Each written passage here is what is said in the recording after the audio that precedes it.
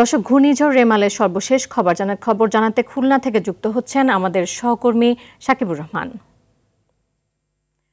সাকিব, ঘূর্ণিঝড় রেমাল খুলনায় কতটুকু আঘাত এনেছে, এছাড়া সর্বশেষ পরিস্থিতি কি জানাবেন আমাদের?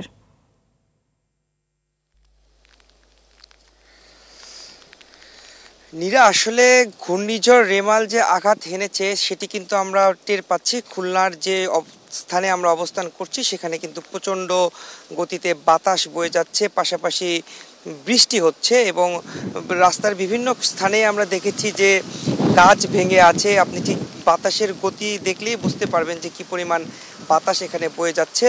এবং আমরা দেখেছি রাস্তার বিভিন্ন স্থানে গাছের গুঁড়ি ভেঙে পড়ে আছে, গাছের ডাল ভেঙে পড়ে আছে। তবে রাস্তায় কিন্তু এখনও প্রতিবন্ধকতার সৃষ্টি হয়নি, কারণ যেহেতু বিশ্ব রোড সেখানে সাইডে গাছগুলো পড়ে আছে।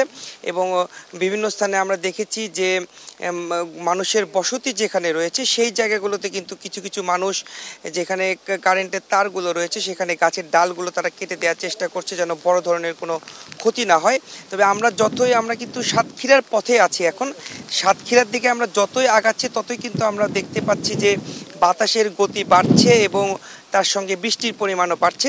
ঘূর্ণিঝড় যে এখন এই অঞ্চল অতিক্রম করছে তারই কিন্তু প্রমাণ পাওয়া যাচ্ছে। তো এই ছিল আমার কাছে খুলনা থেকে সর্বশেষ। নীরা।